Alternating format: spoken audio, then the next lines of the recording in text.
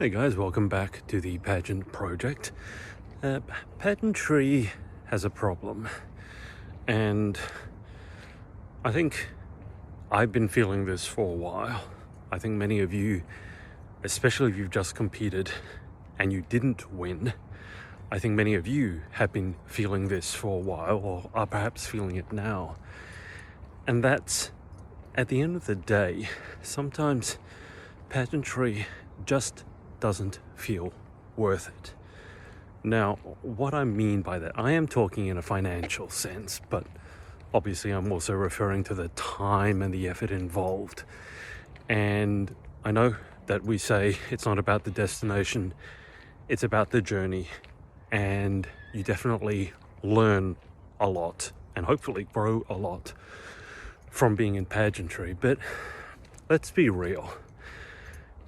You can pretty much do anything you get from pageantry in terms of a prize package or a skill that you might take away, or let's say community work that you do. You don't need a pageant to do any of it. In fact, it's probably pretty easy to argue you could do more of it more easily, more quickly, and more effectively without the pageant. Just go do the community service, for example. Why do a pageant to do community service? You know what I mean? But outside of that, I'm talking about the very real, the very direct, and very easy to measure monetary sense. Now, let's just take an example, okay? You're competing in a pageant, and maybe biggest expense is gown, or at least one of the big expenses. And I think pretty conservatively, most girls are spending at least in the thousands of dollars. Now, whether that's 1, 2, 4, it's still a significant expense. I know that some have spent 10 or more. That's pretty eye-watering to me because that's in American dollars. If I convert that over to Australian dollars for myself, that could get not a great second-hand car, but certainly not a bad one. But let's say you're spending about that much on the gown. And then let's say you're spending maybe not quite that much, but still a significant chunk of money on costume or a talent costume, if you have that, swimsuit. But then let's also factor in coaching. So you have interview coaching, walk coaching, maybe you hire a stylist, maybe you have a talent coach. So let's say 3 or 4 for the gown, another 1 or 2 for, probably at least 2 for the coaching for a lot of you. And I say that I've really volunteered a lot with mentoring. I know that some people I've poured in multiple thousands of dollars worth of coaching. And then factor in the cost of going to events, gas, accommodation, some of you even fly, and then flights to the actual event itself. Sometimes they're not covered. So I'm not just talking about the pageant itself, but also just going to appearances. So factor in all of that. I think you're looking easy at 10 in total, and that's just money. That's not including the time that you spent. So maybe you did a costume yourself, you sewed it together, and maybe you saved some money there, but you also had to put in a lot of time. So if you don't win, and outside of all the effort you've put in 10 grand of your own money or more, it's kind of feeling, at least at the moment to me, that it feels hard for some of you to justify it. And I don't blame you. That's a significant expense, and there are many other things, particularly in the current financial climate, that you could be spending that money on. And I know, as I said before in this video, that it's not just about the win, it's about who you become in the process. But even given that, I think there are many of you who are struggling to justify the cost on an ongoing basis. And I think the reason for that is quite simple. I think a lot of what pageantry used to offer or continues to offer, let's say 10, 20 years ago, it's not really relevant anymore by today's standards. So let's say, and forgive me for running out of breath because I'm walking uphill, but let's say appearances, or you used to become an A-list celebrity. So certainly Miss Universe back, let's say 20 years ago, that was a household name. We had a Miss Universe, Jennifer Hawkins, and I think pretty much every Australian back then would have known who Jennifer Hawkins was. Now, fast forward to today, I would argue that Miss Universe is not so much of a household name, especially if she doesn't come from your country. But if you look at the participation numbers with pageants, and you look at the viewership numbers, all of these, this is not a controversial thing to say, I hope, all of these have been going steadily downhill for the last 20 years. In many cases, they're the lowest they've ever been. But have you noticed that despite the fact that there are fewer people competing, that there are more titles than ever before? It seems like everyone now has a title, and that's not to say, look, if you wanted a title, I could get you one within 24 hours, because these days you can literally just buy one. And that's not to say that every title is worthless, far from it. But there are fewer people competing, and there are more titles than ever. I call it crown inflation. Now, inflation with money is you need more and more, like your money is worth less and less. Maybe it cost $3 to buy a coffee before, now it's $10 or whatever it is. And I think it's the same with titles and crowns, at least a lot of them, maybe even all of them. They're not quite worth what they were before, because anyone, anywhere can buy a crown, can buy a title very quickly, even be sent overseas to represent their country very quickly, very easily. So if the prize package is not quite worth as much as it was, and I'm not just talking the financial sense, but I'm talking the opportunities, because that's the big one that people say, well, it's not about the prize package in terms of money or material things, it's about the opportunities. You really, I think, need to think about that one pretty carefully. I would argue that if you're talking about winning Miss USA, maybe a Miss USA state title, depending on the state, Miss America, or maybe a Miss America state title, depending on the state. Outside of those ones, I think it's hard to argue that what you get in terms of opportunities is something that you couldn't have gotten yourself with just a little bit of determination, a little bit of grit, a little bit of effort. So if you're saying that, okay, if I win this title, then I get to perform the national title here, or I get to meet this person over there, or I get to walk this red carpet here, or attend this movie premiere. If you're really talking about exclusive opportunities that you couldn't have got by yourself, I think they're pretty few and far between. And this is one of the reasons why I'm excited to see what happens with Miss USA. So Miami is happening in about a month's time. I'm heading over to Miami in about a month's time. In terms of what opportunities Tom Brodeur is going to afford the next title holder, because I think that's one of the areas he's really concentrating on, is making sure that it's back to at least as close to what it can get to in terms of its former status. So whether that's the prize package, the opportunities, I think there's even an apartment now. I think I saw Tom post somewhere like a video walkthrough of the apartment that Miss USA will have. So all of those things, making it feel genuinely special and worth it, that's something that's going to be really necessary for pageant moving forward. But if we don't start thinking, and here's the thing, I don't want to just talk negatively and not offer any, let's say, possible solutions.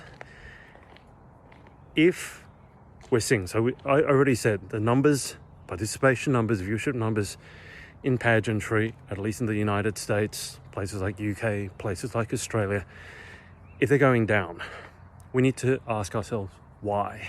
And I think some of it was that it didn't feel relevant anymore in terms of what pageantry used to be. So the swimsuits, skinny girls in swimsuits. So, okay, we changed pageantry after that, and pageantry has aspects of that now, but it isn't just that, I would argue, for the most case anyway. I think some pageants still very much are just skinny girls in swimsuits. But if we argue that we tried changing that, we need to ask ourselves, did we change it to something that people actually want, that you want? And I would argue that if the numbers are going down, and you could say, okay, they're not continuing to go down, but that's only because I think they're as low as they can get. I don't think they can really go down any further. I mean, here in Australia, pageantry really isn't a complete unknown. In America, where you guys have more of the culture, I think there's always going to be a section of the population that's interested in pageantry because it's just part of your DNA. It's not here in Australia, and really pageantry, it exists, but you'd have to dig pretty far to find it. It's not going to find you. You're not going to get a postcard in the mail from a pageant, not like you would in the United States. If the numbers are going down, that's because more and more young women are deciding to spend their time somewhere else, spend their effort, spend their toil somewhere else. And what it really comes down to, it's not worth it compared to doing a sport, compared to going out with friends, compared to whatever opportunities that you have. And there are more and more opportunities in this day and age. There are more and more avenues for spending your time, your focus, and your money. So there is more competition than there ever was before. And I think a lot of people, a lot of you, at the end of the day, are going, I spent that 10, that 20 grand for the 5th year in a row, the 6th year in a row, and I didn't do better this year. I did worse. I got no feedback. I was told that if I keep coming back, it's going to be your time. You just got to keep coming back. But I'm doing worse. I'm getting no actual concrete feedback, no scores. And I feel like I'm just getting dragged along because they keep saying, just come back next year. And I'm beginning to wonder if it's worth it. I wouldn't blame you. And I really think that when you look at the prize package, even for the winner, it may not be worth it. Now, am I saying not to do pageantry? No. I'm saying that what we keep talking about, it being the journey, not the destination, that really needs to become the focus. Who you're going to become, the people you're going to meet. But that's not just a cute saying. I think a lot of people say that and go, oh yeah, I'm saying that, but I really want to win. And you can tell because when we get to this time of the year, when a lot of you have competed, and 95% of you have lost because only one woman walks away with the crown. A lot of you are going, okay, do I want to do this again next year? And when you have an experience that, let's say, the judges didn't know what they were doing, or you saw something untoward happening, or you didn't get direct feedback, or you don't see yourself improving, these all cause you to question whether pageantry is worth it. Now, if you're using pageantry to give yourself the motivation to go for your goals and to meet some cool people, I think that's one thing. But I don't think, but I don't think the financial or the opportunity aspects of pageantry really add up for most people anymore. Look, you see the crowning moments and you see the crown put on someone's head and they're losing their mind and they're in tears, and I get that. Because still for many of you, you grew up dreaming about that moment when you had the crown placed on your head. But what's really happening in this day and age is that the crown gets put on your head and then a lot of these people are doing nothing, or the crown's getting put on their head and they're kind of just abandoned for a year by their system or by their director. It goes both ways. And I think that we need to go back. If we're going to move pageantry forward, rather than have it sort of stay in its decline, in like a flatlining state, I think we need to go back to grassroots. This is what I would argue. I think we need to stop thinking about sending people over to a Miss Universe or Miss World and they're going to win there and then somehow they're going to be mega famous overnight, a huge celebrity, and then that one person's life will be changed forever, because I don't think that's a viable business model, because most people are never going to get to that point. There's only one person in the world who can win that a year. I'm going to suggest that we go back to grassroots level and we start integrating our pageants, if we're going to have them, back into the community. And I say this because I was walking through a busy community just the other day and I thought, if we were going to revive pageantry, I think the person who represents the local community should really get out and about, talk to families, talk to business owners, talk to schools. And I know that many of you do this.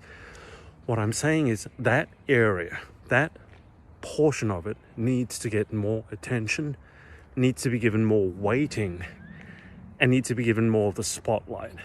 I think we've fallen victim to this idea that we put a pretty girl up on stage, she smiles her $1 million smile, and that's what pageantry is about. And the advocacy aspect of it was the add-on, the optional extra to make pageantry palatable in a politically correct world where, look, to be fair, as I said, it was, I think, pretty much skinny girls in costume, like in bikinis on stage 20, 30 years ago.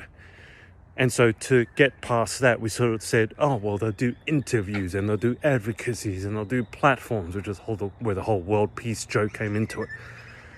But I don't think in this day and age that the advocacy, the substance, can be the add-on anymore. And I think the evidence is the numbers being in decline or declining or have gotten to their lowest level that they have.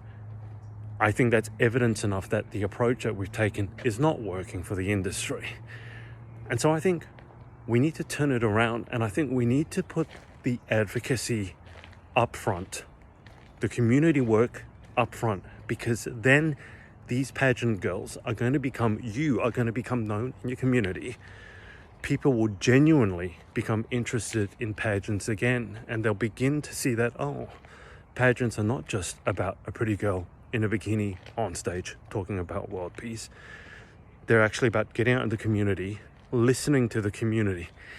In many ways, it's almost like being a local politician. You get out and about in your community, you find out what they're struggling with, you talk about your advocacies, but you're listening to your local community. Now, that doesn't mean that I think pageantry can just be about talking to people and just advocacy work, because then what you end up with is a public speaking competition. And I mean, if you want to go down that route as a director, be my guest. But I'm here to tell you, no one's going to watch that. I think that you saw with Miss America when they took out the swimsuit section of it, because they thought that's what people wanted, and the viewership numbers completely tanked. Now, I'm not saying that we should keep doing that or not. I don't even remember if Miss America's brought it back or not. I kind of lost count with America. But my point is, you do need substance and you do need style. You need both. I think there are far too many people who are going one way or the other. And you need both, at least in terms of pageantry. But look, to bring it back to what I was talking about in terms of it being worth it, if we can bring it back to more of a grassroots level, getting involved in the community, working with people, talking with people, you're going to have so many experiences over your year of reign, even as a local title holder, that if you don't win, yes, it's going to hurt. I'm not going to say it won't hurt. It'll hurt. But there'll be so many people in your corner. You would have shared so many stories with them. They would have shared so many stories with you, that once that moment of sadness passes, you'll be happy to join the bandwagon again next year. Because you're not just talking about an advocacy, you're not just walking on stage, you're living it. You get to prepare for your pageant, you get to have your moment on stage, But can you imagine what it'd be like if when you go to the pageant, you don't just have friends, family, or parents in the audience, but you legitimately have members from your local community going to support you. That's something I haven't seen many girls able to do. And I think if we can do more of that, if we can focus more on that, we can get the community more involved, you're going to feel more so that your year was worth it, that you managed to achieve something, that you did good work in the community, and you gave back in some way, whatever way that is. And I think at the end of the day, that's what you look back and you can be proud of, regardless of what place you came in the pageant or not. And this has really hit home for me recently because, as I said, I've volunteered my time, I've mentored some girls, I spent a lot of time with them. And then to see all of their hard work, not my hard work, their hard work, sort of go completely unnoticed. And not through fault of their own, but just sometimes I feel the pageants take your guys' time, money, and effort too casually. They don't put enough focus on, okay, we've told the girls this is what our pageant's about. How are we going to make sure that the ones who have most invested in what we said it was about come out as the winner? And I don't think enough pageants really put the focus into that. So I think we need to bring it back to a grassroots level, get more community involvement. But at the end of the day, if you're spending that 10 or 20K per year and you feel like it's going nowhere, I wouldn't blame you at all if you decided, you know what, I'm going to take a break, reevaluate my options, and I'm going to concentrate on life instead. And that's something I've said for a long time, is that the best way to succeed in pageants is to create an amazing life outside of it. And for me, that's where I really feel I'm going to be putting more of my time and focus moving forward, because I really don't feel comfortable promoting women to go into pageants left, right, and center. I think for some of you, absolutely, if you want to do it, you want to do it. But if you've done it 3 years, 4 years, 5 years, and you feel like you've been going nowhere, you've been spinning your wheels, you've got no feedback, you've been spending a lot of money, and you're not happy, that's the thing. You don't win, or even if you win, but you're not happy, you're not fulfilled. You feel empty inside. You don't feel like you've really achieved anything other than the crown or spending a lot of money. It may be a situation, I feel, where you got to go away and work on you, not the pageant version of you, at least the way that pageants are at the moment, where you almost put on this facade. And you, look, some of you anyway, some of you are doing the community work, some of you really do work, and maybe it's not, you don't feel like it's valued at all, but you're working on a pageant version of you to bring to the pageant. What I'd rather you do, what I encourage you to at least consider, is working on the genuine you, the real you, the one that wants to start a business, the one that wants to get somewhere with her career, the one, I don't know, maybe the one that wants to start a family. Work on that. And when or if and when the time is right, and you're feeling like you've made genuine progress with your life, and then you want to circle back to pageants, I think that's a different ball game.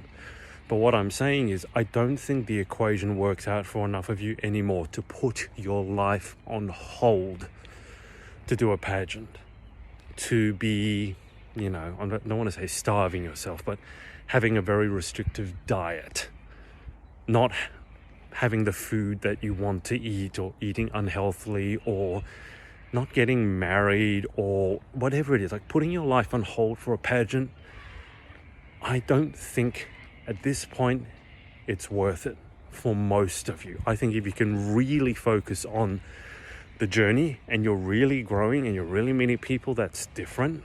But rather than putting your life on hold for pageants, why not prioritize your life?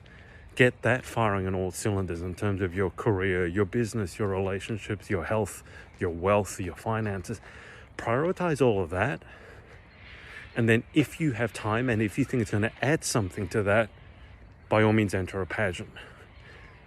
I don't think the reverse works though. I don't think putting your life on hold to enter a pageant in the hopes that you win, and somehow that win is going to magically make your life everything that you wanted it to be. I think the days of that happening are gone. They're over, with the exception of, let's say, a Miss USA or a Miss America crown. Those two crowns in particular, at least in the States.